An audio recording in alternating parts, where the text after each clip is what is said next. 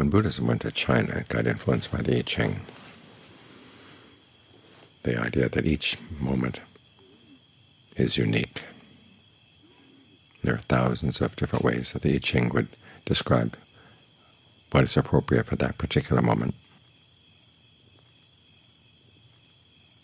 And so you had to be sensitive to the particulars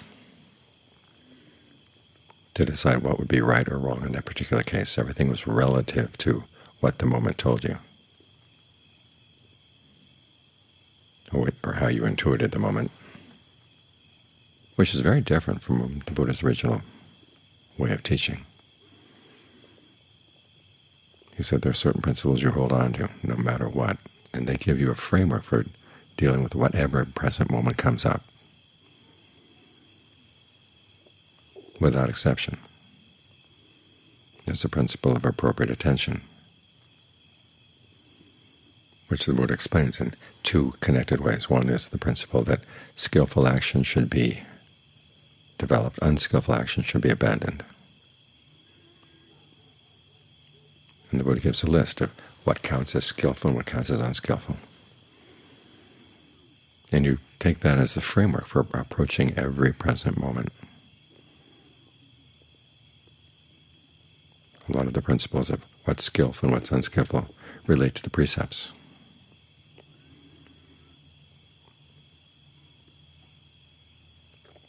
Which means the precepts always come first. Because it's all too easy to say, well, this situation is such that we have to abandon that precept, or that situation is such that we have to abandon this precept because we're going to suffer for this or that loss. But the Buddha reminded you there are serious losses and losses that are not serious. And the serious ones are loss of right view and loss of your virtue. The ones that are not serious, the kinds of things that the world takes seriously, like loss of wealth, loss of health, loss of your relatives. The Buddha said those are minor. You lose those things and you get them back. If not in this lifetime, another lifetime. They come and they go. But if you lose your virtue, you lose your views, right views, then it's going to be serious.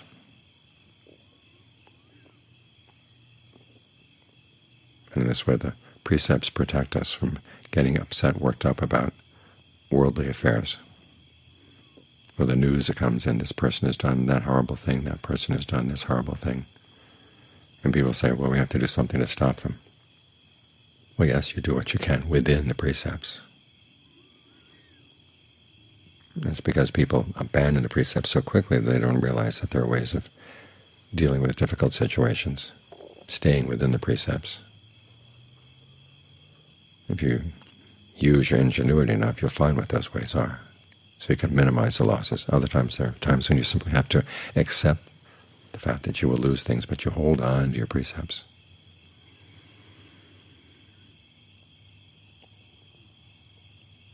I'm frequently reminded of a veteran from the Vietnam War I heard being interviewed one time. Apparently he had shot an innocent girl during the war, and that memory came back to haunt him every night. And he said that if he had $1 million to pay to go back and undo that deed, he would happily pay that $1 million. But even no matter how much money you have, you can't go back and undo the things you've done. So it's best to have some rules that you hold on to beforehand. That no matter what anybody says and what it tells you, no matter what anybody does, you're not going to break your precepts. And that protects you from that kind of regret. So we do hold on to this framework as our way of approaching each moment, because there's nothing special about any moment that lies outside of this principle of developing what's skillful and abandoning what's unskillful. Simply that as the practice progresses, that principle gets developed even further into the Four Noble Truths. What you develop is the Noble Eightfold Path. What you abandon is craving. Because you realize that when you can abandon craving, you can put an end to suffering. You develop the Eightfold Path so that you can abandon craving and be done with the suffering. Again, you've got this framework for approaching each moment. This is one of the functions of mindfulness, is to keep that framework in mind. When something comes up, you know what to do with it. For instance, with the hindrances, those are part of the cause of suffering, so you know you have to abandon them. And again, there's a framework you want to keep in mind, because it's all too easy when the hindrances arise to fall in with them. When sensual desire comes along, there's a part of the mind that says, yes, this object really is worthy of this kind of desire. When ill will comes, that person really does deserve to suffer. When you feel sleepy, oh yes, you need to sleep, and so on down the line. So if you keep that framework in mind, recognize what sensual desire is and recognize it as a hindrance and something to be abandoned, then you know what to do. And you don't listen to the voices that tell you otherwise.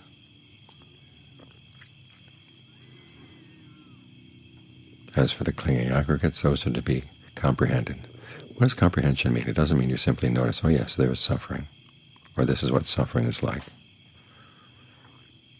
You understand, suffering is in the clinging to the aggregates.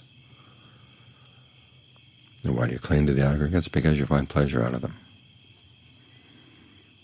Some people will say you think that they have some abiding essence, and that's why you hold on to them. But that I've never seen that as the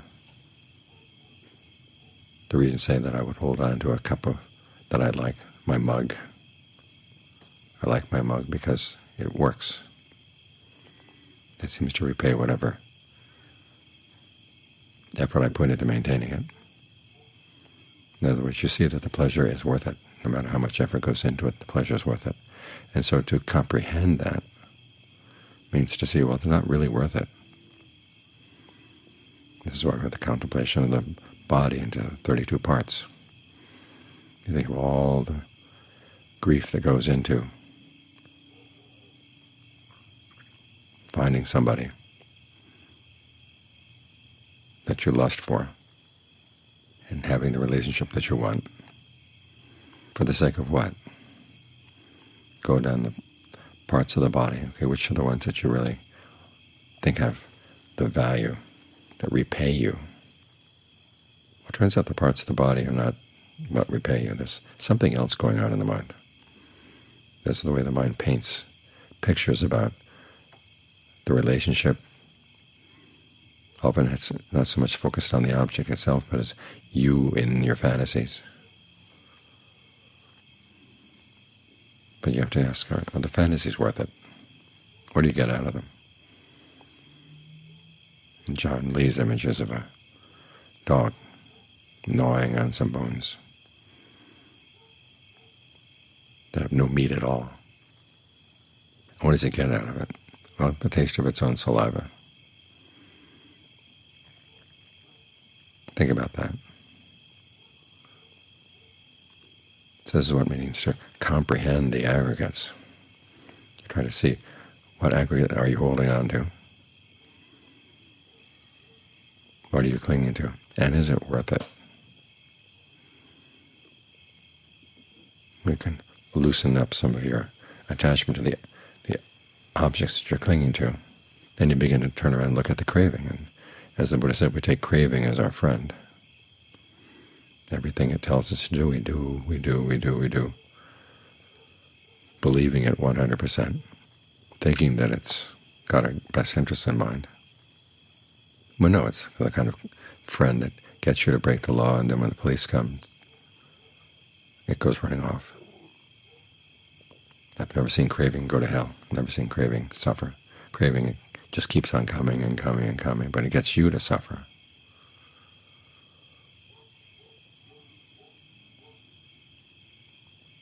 As for things to develop, there's the Noble Eightfold Path, or the 7 factors for awakening.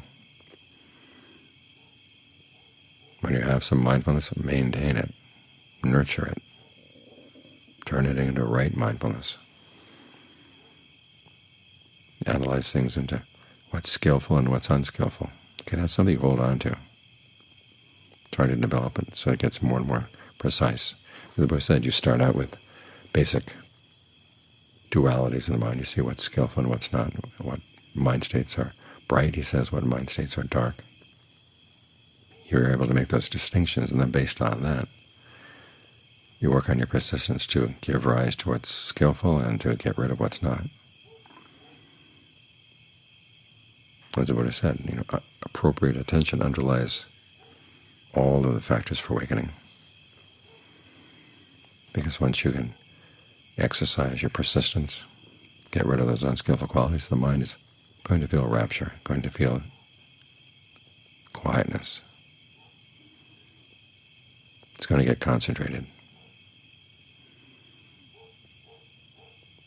And from the concentration, as it develops, the feelings get more refined, your perceptions get more refined, and you get to a state of really solid equanimity, where you can see things as they're happening very clearly. This is, the Buddha said, this is where mindfulness becomes pure. Okay, these are things to develop in as many circumstances as you can muster it. So the Buddha is giving us a framework to apply to every present moment.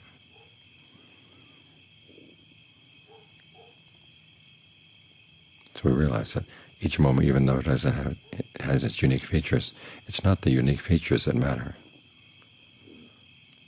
It's how things fit into that framework, because the framework is what gives you guidance.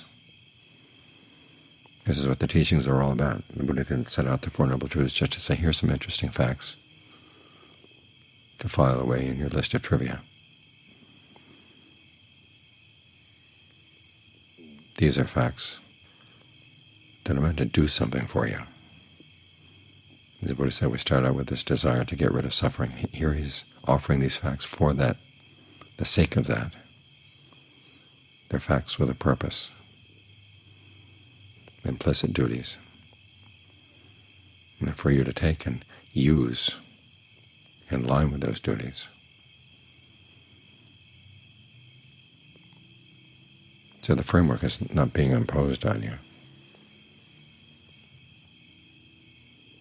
Our relationship to the Buddha is special. Postmodern people tell us that everybody telling you what you should do is basically trying to exert power over you. But that doesn't apply to the Buddha. He found something really good and he wants to share it out of compassion. And if you have compassion for yourself, you adopt this framework. Listen to its guidance, follow its guidance, and you can't go wrong. You're wrong only when you try to make concessions, and you're the one who'll suffer. And then sometimes, following your example, other people will suffer too. So both for their sake and for your sake, keep this framework in mind. The framework of what's skillful, the framework of appropriate attention.